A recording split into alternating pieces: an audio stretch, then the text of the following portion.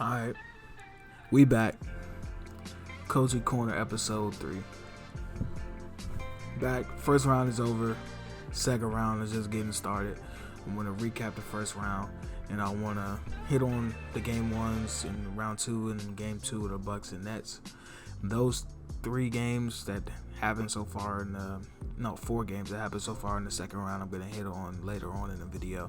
I want to put a cherry on the first round first. So I'm going to start with the Memphis and Utah series, the Nets and the Celtics, Hawks and Knicks, and Blazers and Nuggets. I'm going to go in that order. So Utah and Memphis was a 5-game series. Jazz won in 4-1. Jazz put up a lot of points. Jazz put up a lot of points. The Grizzlies, they stayed in damn near every game except for the 5th and final game. Much credit to them. They ran into a better team. They were 8 seed for a reason. The Jazz were the 1 seed for a reason. And the Jazz have a tough matchup going into the second round. We're gonna see how they play coming up pretty soon. I'm gonna go with Nets and Celtics after that. Same thing here.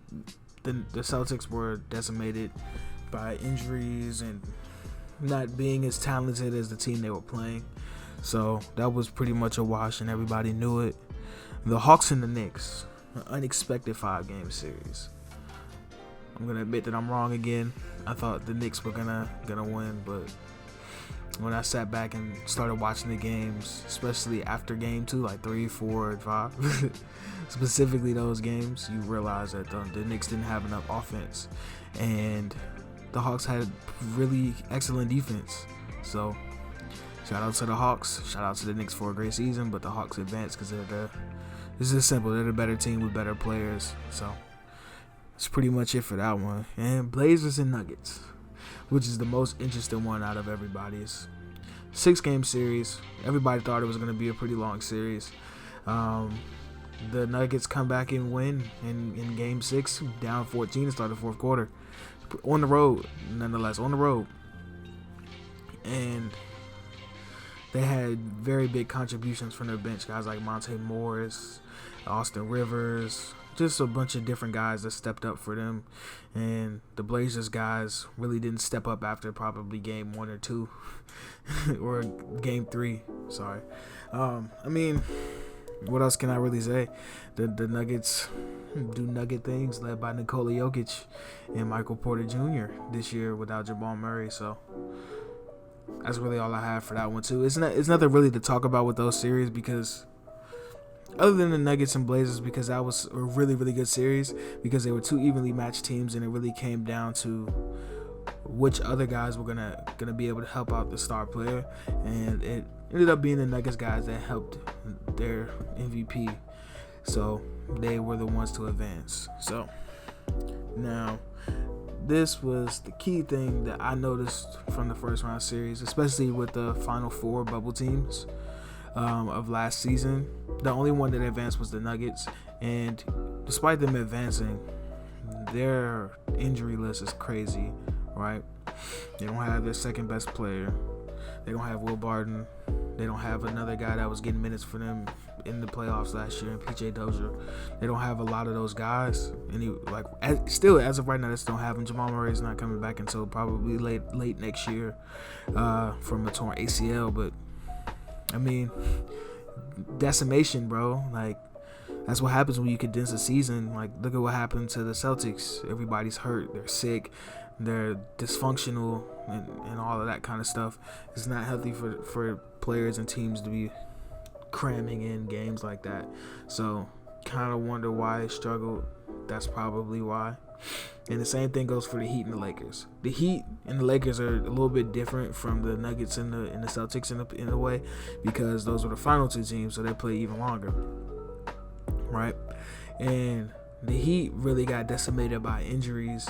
They lost a couple of guys. They lost Jay Crowder was the main guy that they lost from last year's team, and Trevor Ariza didn't fill that hole very well against the Bucks. And you look and see what Jay Crowder's doing now. You know what I'm saying? You see that the Heat missed him. They also missed Tyler Hero's production in a season where everybody really knew the book on Tyler Hero. So I'm not gonna say that he's overrated, because I mean, he had a great rookie year. He had a great run, but that comes with the territory. And like I said before, like every player is gonna have their trials and tribulations. You just got to be able to fight through them. And at the end of your career, we'll be able to know, or within the next few years, we'll be able to know really. So that's it with that. Jimmy Butler and Bam didn't play very well, but I mean, Bam and Jimmy Butler really didn't play well. That's pretty much it. I mean, the Bucks played really good defense on them. They weren't allowing them in the paint. They were really forcing them to shoot mid-range jumpers, and especially Bam. They were trying to make Bam shoot mid-range jumpers, something he's probably not too comfortable with yet. He's used to getting to the lane and getting layups and dunks and hitting occasional jumpers, but just only hitting jumpers. Nah, and the Bucks size really affected them as well. So well done to the Bucks. And finally, the Lakers. I might spend the longest amount of time on this because it's so captivating, because they were the defending champions, and now we know we're gonna have a new champion this year. The Lakers struggle with a lot, right? They started out strong. It looked like that roster was retooled and ready to go for another championship run, with the addition of Dennis Schroeder, guys like Montrezl Harrell, and players of that nature. And they were on a roll until they hit that wall. And that wall was Anthony Davis being hurt, LeBron being hurt, and those role players that are specific to their specific roles. None of them can really get their own bucket on the offensive end. They're really good defenders and guys that can hit open shots whenever somebody's creating it for them. But outside of that, they're not really like that. You know what I'm saying? They're not really those type of guys that'll go get you a bucket, you know. So they carried the load towards the end of the season. You seen them slipping. They had to play in the playing game, and they had all the drama with the playing game, but against the Warriors where they almost lost, and they pulled out a win, and then they got matched up with the Suns. Now the Suns are a good team, a great team actually. I'm not gonna say a good team; they're a great team. They're the second seed in the West for a reason. They had Devin Booker, Chris Paul, Jay Crowder, Mikal Bridges, DeAndre Ayton. They got a lot of guys that can go, and they were the 2 seed for a reason. Now I think it was a multitude of things that really knocked the Lakers out. Perfect storm, right? One, the role players that they lost from last year's team, they really could have used them in this series, in my opinion. Especially Rondo. Rondo was the key, because Rondo was the guy that was he's one of the best glue guys ever. He's gonna go down as one of the best role players ever. I don't care what anybody says. He's one of my favorite point guards of all time. He always knows how to control the pace. He's a great leader, great passer, can get anybody an open shot, can score on his own at times, and he's really goddamn good. You know what I'm saying? They miss guys like Danny Green, who can defend and shoot, because they really only had 2 or 3 guys that could, like 2 guys that were doing that, and they didn't shoot well. I mean, I'm not gonna bet on Danny Green to shoot well, but he's been more experienced in high stakes situations than guys like KCP, Alex Caruso, and Wesley Matthews. So they really missed him. And then their big situation, like they lost Dwight Howard and JaVale McGee. And JaVale McGee was a thing where he's not even playing for the Nuggets. Like, he was on the Cavs, he got some burned in the regular season, but he's not even playing for the Nuggets right now. He's just on the bench. The Lakers really could have used that, because as soon as Anthony Davis got hurt or he was out of the game, Ole straight to the rim every time. Campaign straight to the cup. You know what I'm saying? D-Book cup. Like, the rim was open every time. And another thing that I want to hit on with Rondo is him being a guy that doesn't really care about like what other people think of him. He's gonna be the one that holds everybody accountable. So when you see guys like LeBron hanging their head whenever they have a bad possession or they don't get their way, Rondo's a guy that'll get in your ass and come on, bro, let's pick it up. You know what I'm saying? Rondo's one of those guys that'll hold everybody accountable and really keep the cohesion together. Like I say, he's one of the greatest glue guys ever. So they missed him. They missed 4 key role players that they had from last year. They dealt with injuries, and it seemed like everybody was just tired. You know what I'm saying? They didn't have that snappiness, that energy, that feeling of being a championship team. When they were in that series, the only time they really felt like they were going to steamroll them was after game 3. And credit to the goddamn Suns, right? Because usually with a LeBron-led team, when you get punched in the mouth like that, like they did in Game 3 when they were down 2-1, and they were stunting on them, they were celebrating, doing the fake post ups, all that kind of stuff. The Suns took that on the chin and they ran with it and they responded, and I can respect that. I can really, really respect that, because they came back firing, and they didn't lose again. They took it personal, like for real. They took it personal. You know what I'm saying? And finally, for the first round, I'm gonna hit on the Mavericks and the Clippers, which was the best series, the weirder series too, bro. They had a NBA record 6 road wins in a row. Nobody wanted to win at home, and it was really, to be honest with you, in my opinion, it was really a war of attrition. Not even like in the sense where guys getting hurt. It's just like whose offense is going to stay hot the longest, because defense wasn't really a thing until about game 6 or 7. Game 6 or 7 is when the defense got played. And when it came down to it, down the stretch, Kawhi, bro. Kawhi showed why he's one of the best players, and you shouldn't play with that man. You shouldn't play around with that man. That man is a monster. So he did his thug thizzle, you know what I'm saying? And back, I want to say like 3 games in a row, he was killing. It didn't matter who was on him. He get into his spots, pull up, mid range, at the cup, get into the 3, just everything. He was in control, right? And one of the big things that happened in game 6 and 7 were that Luka came out firing. He was hot. You know what I'm saying? And game 7, I don't remember how many he had. I know he had 40 plus. I think it was like 46 or some crazy shit like that. I don't know. He had a lot of points. But in the first half, Luka was like it's like attacking. No, like just really attacking, bro. And he was hitting a lot of his shots. But when it came down to the second half, it slowed down a little bit. It was more dependent on guys that were open to hit shots, guys like Sam Hardaway and people like that hit shots. So that was really one of the catalysts for the Clippers getting the win, as well as guys for the Clippers stepping up. Especially, I'm gonna clap it up for Reggie Jackson, Terrence Mann, Marcus Morris Sr. stepped up, and Nicholas Batum played well. Everybody on the Clippers played well that I just named. They all brought value on the offense and defensive end, except for probably Reggie Jackson. Terrence Mann had that little blunder at the end of, what was that, game 4 or 5? I think it was 5. He had the end of game 5. He had that blunder where he didn't shoot the layup on Luka, which he could have made. But other than that, man, the Clippers got momentum going into the next series against the Jazz, and it's going to be a good series, bro. It's going to be an excellent series. Now, I'm going to hit on a couple of things that I want to talk about for the round 2 series, right? About the games that have already happened. There's still, 2 more games that have to be played. Or was it just 1 more? I can't remember. It's 1 in the morning. I'm going to start off with the most intriguing, which was the Hawks and the 76ers. Wow. That was a hell of a game 1, wasn't it?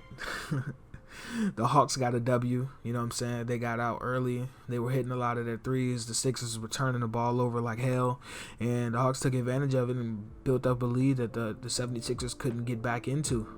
They started to cut into it, but it was a little bit too late, and the Hawks made some plays to break up some of the runs that the Sixers made towards the end of the game to be able to close it out and get a win in game 1. Now, right? For a lot of the time, Trae Young, he had 35, I think.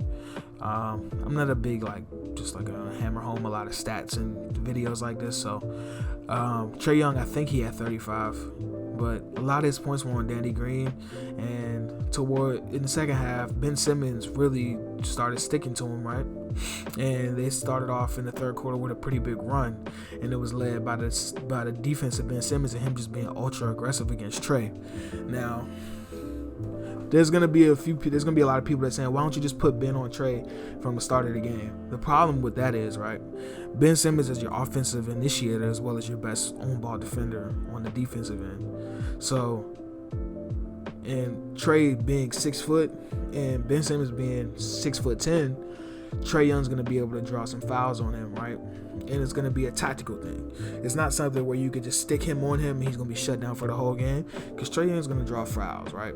And if Ben Simmons gets in foul trouble, then you're losing something on the offensive end. And he's going to be off the floor on the defensive end, and you're just going to end up putting Danny Green on him or Matisse Thybulle. And Matisse Thybulle, while being a good defender, sometimes he can be out of control, kind of like a Dillon Brooks. But he's a better defender than Dillon Brooks, but he can be out of control in the sense the same way as a guy like Dillon Brooks, where he's might get some really bad fouls. You know what I'm saying? Trying to chase Trey around a screen, or just doing something that doesn't really need to be done. But I don't know. The Sixers are gonna have to respond. Joel did his thing. There's nobody that can really stop Joel from doing whatever he wants to do. But the Sixers are probably gonna have to slow the pace down. Really gonna have to slow the pace down, because the Hawks are gonna want to get up and down, and that's their advantage of them being a smaller team than the 76ers. And really, I just want to see how the 76ers are going to adjust in game 2, because I'm not going to say the series is over after 1 or 2 games, because we know just from track records and everything like that, game 1s and 2s are important, but it's not like, especially once you get to the second round, it's not like, boom, it's over after the first game, unless it's like a big injury or something like that. So I'm really interested to see how the 76ers adjust in game 2. It's going to come up tomorrow night, so you feel me? I'm excited to see that. Now, I'm going to start with out of the 2 games that happened tonight, I'm going to start with the Nets and the Bucks. The Nets are kicking the holy hell out of the Bucks' ass, right? The Bucks' offense has been anemic, lethargic, and just flat out bad in these first 2 games. The first game, they weren't able to hit any threes. They hit like 6 or 7 threes, and it was close for a little while in the first half, and then in the second half, the Nets really got out on them. And the Nets role players, I'm going to say role players, are outplaying the Bucks role players, and the Nets stars are outplaying the Bucks stars. Kyrie and KD really, in that first game, they did whatever they wanted. They got to wherever they wanted to get. KD was hitting pull-up mid-range shots. Kyrie was hitting open threes. He was getting to the cup, hitting reverse layups. They were really doing whatever they wanted to do. And I thought the Bucks were going to adjust in game 2, but to be honest with you, that lethargic offense really carries over to the defensive end most of the time. And that's what really messed them up, and they got blown out tonight. About a token of the same thing, just terrible offense and just look lethargic on offense, and your offense bleeds into your defense, and if you're getting good shots on offense, then you're going to be able to come back and set your defense. And they didn't get a lot of good shots, they didn't make a lot of shots, and the Nets got out on them, and it was really over after the first quarter and a half. To be honest with you, they were up by 20. They led by damn near 50 at one point, so I'm not saying it's over, but it's not looking too good for the Bucks. We're going to see how they can adjust once they get back to their crib. They haven't played at home for a little while, so hopefully they can get some home cooking and they can make this a series, because right now it's not looking too good. And finally, the game that just ended not too long ago, probably about 30 minutes to an hour ago. The Suns and the Nuggets. Woo, did this game get off to a great start, right? Amazing start. You know what I'm saying? Back and forth, really up-tempo game, up and down, a lot of up and down. The Suns came out aggressive. The Nuggets came out aggressive. They responded to a lot of the punches. There was a lot of runs in this game. It wasn't really a lot of back and forth after the first quarter. Not even after the first quarter. During the first quarter, there was a lot of runs. It was just a game of runs, right? People say basketball is a game of runs. So there's a lot of runs. Nuggets will start off the quarter strong. The Suns will punch back in the quarter strong. And you got a tied game after the first quarter. And then the Suns will go on a run, and Nuggets go on a run. Suns going to run, Nuggets going to run at the end of the quarter. And boom, Nuggets are about 2.5. And when the third quarter started, the Nuggets went on another run. They were hitting a lot of shots, playing good defense, hitting some threes. And then they called a timeout. The Suns got a timeout. And after that timeout, the game was over. The game was over. The Suns locked in. They played great defense. Mikal Bridges, they had 4 guys in their starting lineup have 20 points. The only person that didn't have 20 was Jay Crowder, and he had 14. So, say what you want about that, my brother, but you know what I'm saying? Michael Porter Jr., he had a 12-point first half and a 3-point second half. He only had 15 points. Nikola Jokic only had 22 points. I think he had just 1 assist. So, the Suns really play good defense against Jokic and not letting the other guys get open lanes and cutting, and they did a good job of plugging the gaps in the defense and really playing good defense, sticking with their man and trusting DeAndre Ayton to be able to handle Jokic, which he did an amazing job of. And he held his own on the offensive end, so they played pretty even, just like in the first game of the last series when he played pretty even with Anthony Davis. You know what I'm saying? It seems like DeAndre Ayton is starting to ascend to that level of where everybody thought he would be at. So that's really good to see. And there's nothing too much really else to say. Mikal Bridges had a great game for the Suns. Cameron Payne did Cameron Payne things. Jay Crowder hit a few good threes, had a 4-point play. Chris Paul took over in the fourth quarter and really closed it out. Devin Booker had a lot of tough shots. One thing I want to say, side note, I love the way Devin Booker runs to get open baskets. Whenever somebody sets a screen for him or they're in transition and he doesn't have the ball, the way he sprints to get to the basket to get an easy basket is so, I love seeing that. Because in order for a guy to get going, you got to get easy baskets first. Layups, you work your way inside out. Because once you start hitting layups, you get to the free throw line, you hit some floaters, you stay within that 10-foot range, bro, and your game will expand from there. You'll start to hit some more tougher shots. But I love that. And for the Nuggets, I want to shout out one special guy, Facu Campazzo. I love that dude, man. I love watching that dude play, bro. I just love players like him. Guys like that scrap, hustle, make the right play, don't care. He's 5'10". He doesn't care. He's strong. He's fast. He's smart. He knows how to play the game, and I wanted to give him a shout out because I love players like him, like guys of that ilk, like a Kirk Heinrich, or just guys that know their role, play it to a T, and just do their goddamn thing out there. You know what I'm saying?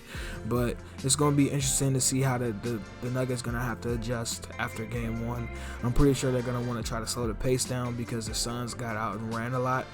And more times than not, it was because of a bad shot by the Nuggets on offense or a turnover. It's a lot of turnovers.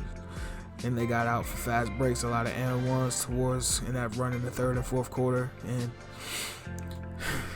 it might be the end of the road for them, but I'm not going to say that because it's just one game. It's just one game.